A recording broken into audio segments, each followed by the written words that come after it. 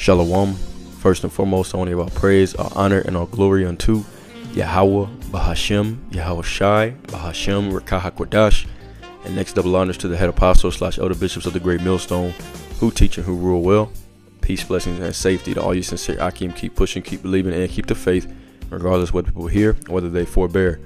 All right, today's lesson is going to be entitled, What is the Sabbath and How to Observe It? All right, and it's going to be exactly what it sounds like. Okay, pretty much just telling you what the Sabbath is, what the purpose of it is, and how you're supposed to practice it. Okay, so first, we're going to go ahead and start off in the book of Exodus, the 20th chapter, and start up from the top of verse 1. It says, and I'm gonna read it verbatim. And God spake all these words, saying, I am the Lord thy God, which have brought thee out of the land of Egypt, out of the house of bondage. Thou shalt have no other gods before me. Thou shalt not make unto thee any graven image, or any likeness of anything that is in heaven above, or that is in the earth beneath it, or that is in the water under the earth. Thou shalt not bow down thyself to them, nor serve them, for I the Lord thy God am a jealous God, visiting the iniquity of the fathers upon the children, unto the third and fourth generation of them that hate me, and showing mercy unto thousands of them that love me and keep my commandments. Thou shalt not take the name of the Lord thy God in vain, for the Lord will not hold him guiltless that taketh his name in vain. Remember the Sabbath day to keep it holy. That's the whole topic of this video. Okay, Exodus 20:9. It says, 6 days shalt thou labor and do all thy work, but the seventh day is the Sabbath of the Lord thy God. In it thou shalt not do any work, thou nor thy son, nor thy daughter, thy manservant, nor thy maidservant, nor thy cattle, nor thy stranger that is within thy gates. For in 6 days the Lord made heaven and earth, the sea, and all that in them is, and rested the seventh day. Wherefore the Lord blessed the Sabbath day and hallowed it. Okay, so the seventh day is a day of rest. All right, that's the purpose of it, because especially now we live in a society where working yourself to death is glorified. Okay, people, they have a saying in the world, 25/8. When there's only 24 hours in a day, 7 days a week, but they say 25/8. Pretty much saying, hey, we keep it pushing, we don't never stop. All right, but that's not unhealthy. I was like, that's not healthy. It is unhealthy, and it's against the scriptures. All right, the Lord gave us a day to rest, to replenish ourselves. Okay, and that Sabbath is extremely important. All right, you got to refresh your body to keep it healthy. All right, Esau, the reason why that has been pushed is pretty much to keep you a zombie and to keep you, a slave to his system. All right, that's why you have that mindset. The scriptures tell you labor not to be rich. Okay, Proverbs 23:4. So, that's the whole purpose of the Sabbath day. Is that one day of rest. Okay, where the Lord, he wants you to be able to rejuvenate and focus, maybe spend time with family, study, whatever it is. Okay, as long as it's lawful. He gave certain stipulations on how to observe it properly. All right, so that's what we're going to go into next. We're going to go to the 35th chapter. Exodus chapter 35 and verse 1. It says, And Moses gathered all the congregation of the children of Israel together, and said unto them, These are the words which the Lord hath commanded, that ye should do them. 6 days shall work be done, but on the seventh day there shall be unto you an holy day, a Sabbath of rest to the Lord. Whosoever doeth work therein shall be put to death. It says, verse 3, Ye shall kindle no fire throughout your habitations upon the Sabbath day. Okay, and that's really, going into cooking. Okay, you're not supposed to cook on the Sabbath day, and we're going to get that in the next verse that we're going to go to. All right, but the Lord, He wants you to take it as a day of rest. So you're not even supposed to cook. You're not supposed to buy, sell. All right, there's different stipulations on that, and we're gonna, like I said, we're gonna get all these scriptures. So it says, Thou shalt kindle no fire, all right, throughout your habitations upon the Sabbath day. And I want to say that's really going into cooking. So let's go ahead and get that right quick. Exodus the 16th chapter. Exodus 16. Salakia. I don't know why the letters are so big. Okay, there we go. Exodus 16 and verse 23 is where we're going to head to. Okay. Alright, it says, And he said unto them, This is that which the Lord hath said, Tomorrow is the rest of the holy Sabbath unto the Lord. Bake that which ye will bake today, and seethe that ye will seethe, and that which remaineth overlay up for you to be kept until the morning. Okay, it says, and they laid it up till the morning as Moses bade, and it did not stink, neither was there any worm therein. And Moses said, eat that today, for today is a Sabbath unto the Lord. Today ye shall not find it in the field. 6 days ye shall gather it, but on the 7th day, which is in the Sabbath, in it there shall be none. Okay, so you're not supposed to gather either, and which is a form of working. And it came to pass that when there went out some of the people on the 7th day for to gather, and they found none, and the Lord said unto Moses, how long refuse ye to keep my commandments and my laws? See, for that the Lord hath given you the Sabbath, therefore he giveth you on the 6th day the bread of 2 days. Abide ye every man in his place, and let no man go out of his place on the 7th day. So the people rested on the 7th day. Okay, there you go. So he said, the Lord giveth you bread for 2 days. All right, so you're supposed to do all your cooking and gathering and everything. You know, if the Sabbath falls on Friday evening, okay, you're supposed to do all your cooking and everything and your gathering on Thursday, okay, or that Friday morning before the sunset. And I'm gonna go into how to observe it and all that.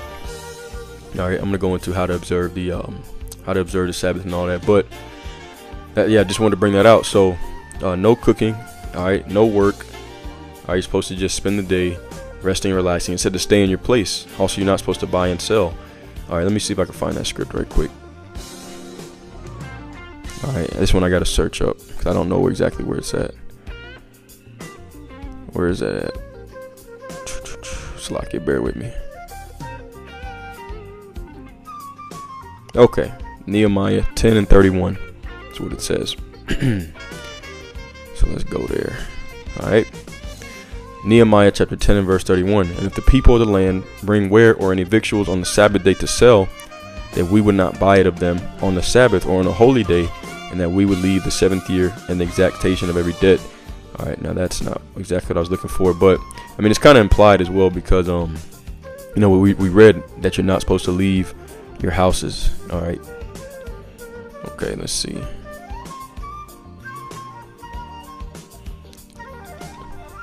Okay, well, let's see.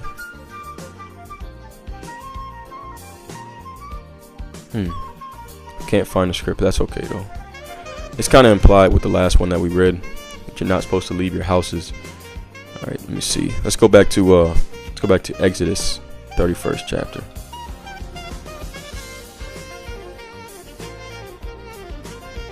Okay, so Exodus 31 and verse 13 is what I'll get.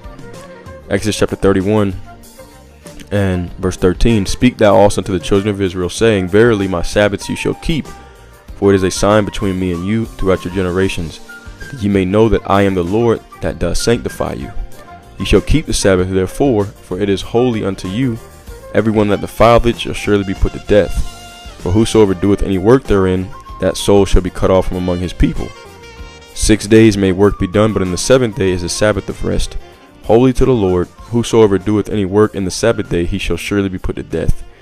Wherefore the children of Israel shall keep the Sabbath, to observe the Sabbath throughout their generations, for a perpetual covenant. Okay. So the Lord gave us this. All right, He gave it to the children of Israel as a perpetual covenant unto Him. Okay, and that's really the reason why the heathens, they don't know how to keep it correctly, because it is for the Israelites. All right, and the reason I say that is because for the most part, the people of the world think that the Sabbath is either Saturday or Sunday, and that's because if you worship, if you hold the Sabbath on Saturday, people don't know that, but the days of the week are named after pretty much planets. Okay, because the heathen nations, they have always been into idol worship. All right, but not only just idol worship, but worshiping the stars, the moon, the sun. All right, the things that are in the heavens. That's why it tells you in Jeremiah the 10th chapter. Let me go there right quick. All right, it tells you in Jeremiah the 10th chapter. It says, "Be not dismayed at the signs of heaven." Okay, Jeremiah 10 and 2. Thus saith the Lord, learn not the way of the heathen, and be not dismayed at the signs of heaven, for the heathen are dismayed at them. All right, so they worship the sun, the stars, the moon. But if you hold the Sabbath on Saturday, it's because you worshiping Saturn. All right, you hold it on Sunday because you worshiping the sun. All right, so most people don't realize that, because the calendar for the Israelites actually goes off of the moon cycles. All right, let's get some scriptures for that real quick. Actually, before we go there, also let's categorize or I'm gonna list off things that you need to do to observe the Sabbath. Okay, number one we had no work. You work 6 days. The seventh day you rest. Okay, no cooking.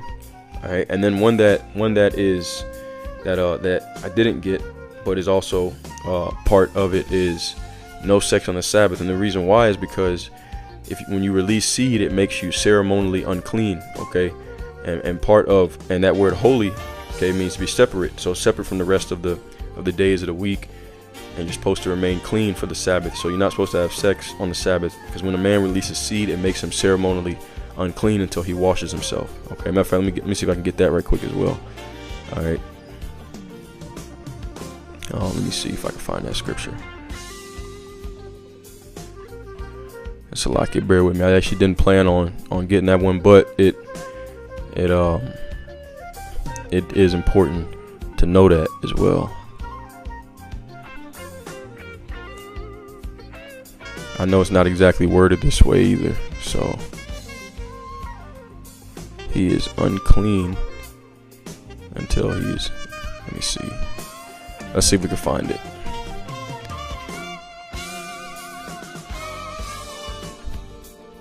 Okay, tells you Leviticus 15 and 16.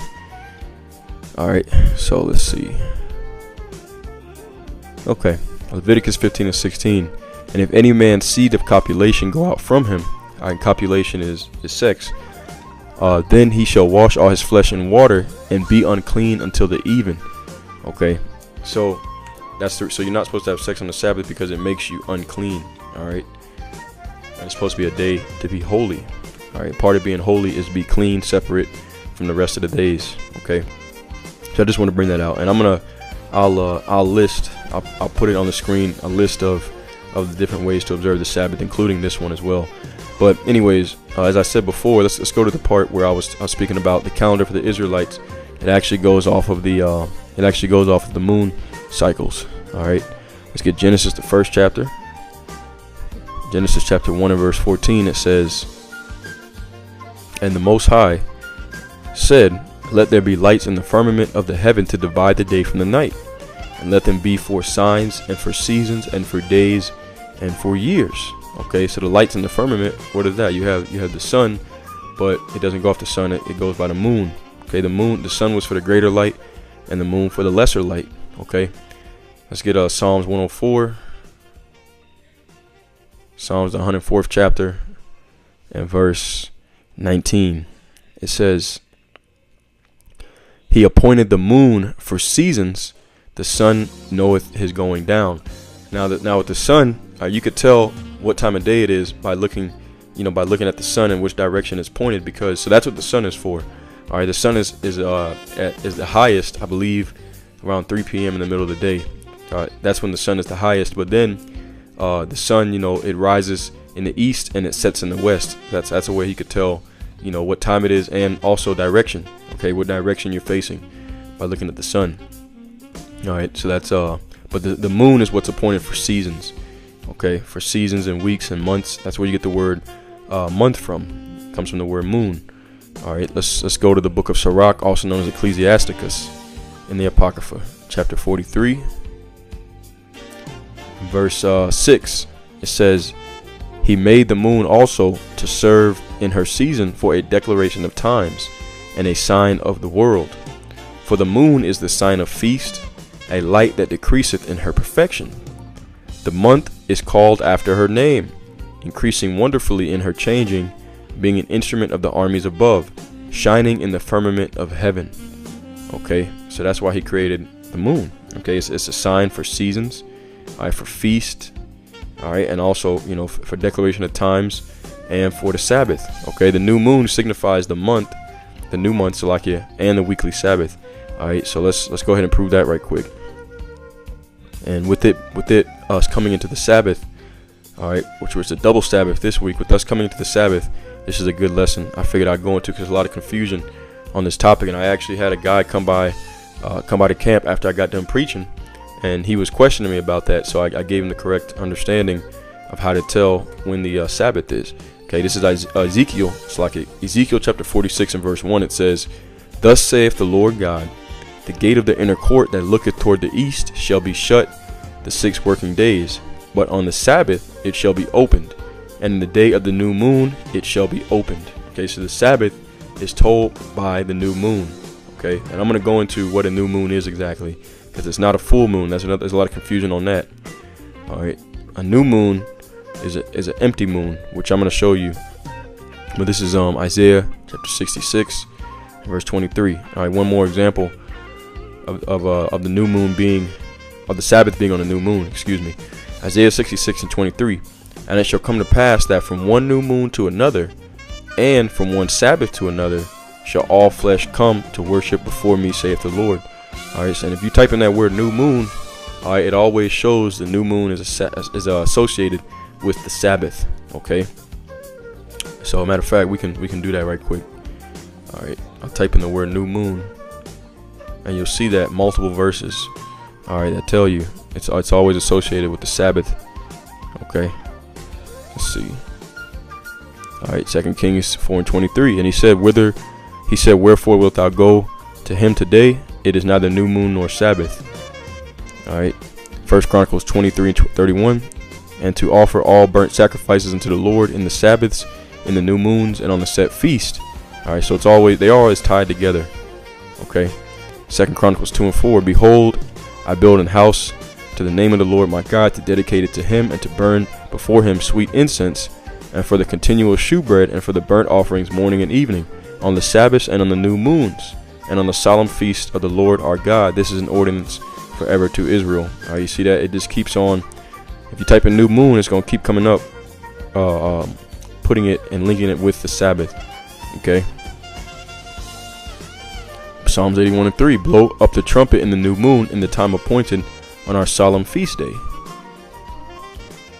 Isaiah 1 and 13. "Bring no more vain oblations. Incense is an abomination unto me, the new moons and Sabbaths."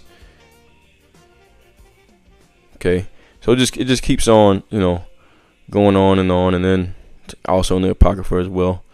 All right, Hosea 2 and 11. "I will also cause her mirth to cease, her feast days, her new moons, and her Sabbaths, and all her solemn feasts." So why is new moon mentioned with the Sabbath over and over? Because that is how you tell. All right, that is how you tell when the Sabbath is coming. Okay, and also once again the beginning of the month. So now what we're gonna do is I'm gonna show you. Let's see. Let's go here. I'm gonna show you how to examine it. Okay, matter of fact, we'll start with the month of July. Okay, we'll use them because we're in August now, but it just passed, and the calendar we use is different than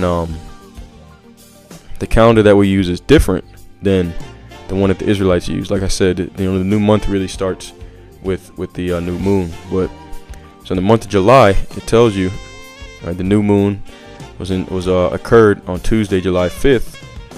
All right, let me see. Wait, hang on, that don't sound right though. Give me one sec. Let me take a look, because I know on my page I announced the new moon. Let me see. So it had to have been way back. So like, bear with me. Okay, yep. Actually, it was, yep. So Wednesday to Thursday Eve. Oh, that was June. Salakia. Let me see. Okay. So July. All right. Okay, so July 5th, Friday to Saturday Eve. Something ain't right though. Hang on. July 5th. Something ain't right. Let's look at the calendar. Oh, Salaki.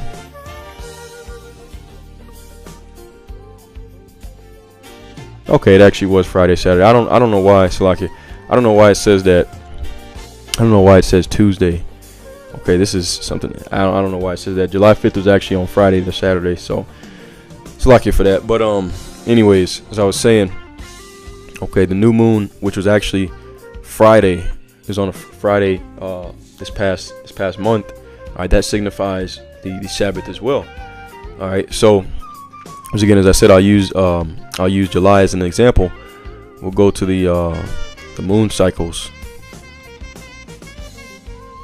and I'm just gonna show you. Actually, I think I got it pulled up already. I'm gonna show you what the let's see.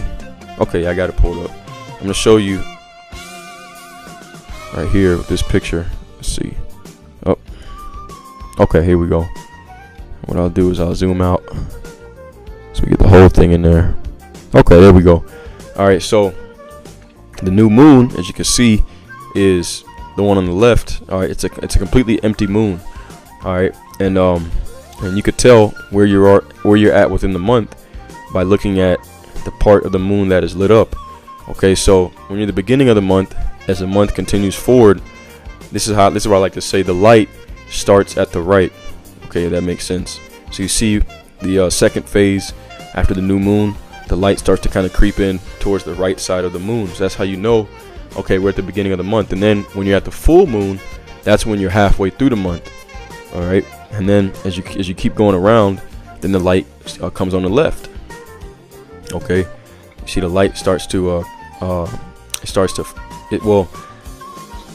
before the new moon, it's just a little bit left over on the left side, but after the full moon, then it starts to get dark coming from the right, and then by the time you're 3/4 of the way through the month, it's half and half with the light being on the left side, and then it circles all the way back around to a completely empty moon, and that's the end of the month and the beginning of the new one. All right, and also once again signifying the Sabbath. Okay, so lucky if that was a little confusing, but you know, just something to remember. Okay, you can, like I said, what I like to use, I like to say, well, the light is in the beginning of the month, the light is going to be on the right. Okay, so it's going to creep in from the right side of the moon when you're looking at it. That's how you know that you're in the beginning of the month. All right, and the new moon is what signifies the Sabbath, according to Ezekiel 46:1 and Isaiah 66:23. Okay, and then a multitude of other scriptures as well. All right, but I'm gonna go ahead and I'll go ahead and close out with that. All right, Lord's will was edifying. All praise, honor, and glory to Yahweh, Ba'ashem Yahushai, Ba'ashem Rakakwadash. All right, and it's Salakia for being a little bit disorganized, and my apologies. But once again, Lord's will was still edifying, and it helped you to learn how to observe the Sabbath. But what I'm gonna do is at the end of this video, I'm gonna share on the screen pretty much just notes on rules for the Sabbath and how to observe it. Okay, and you know, Lord's will, that's edifying. Okay, that being said, shalom and a Bible ball.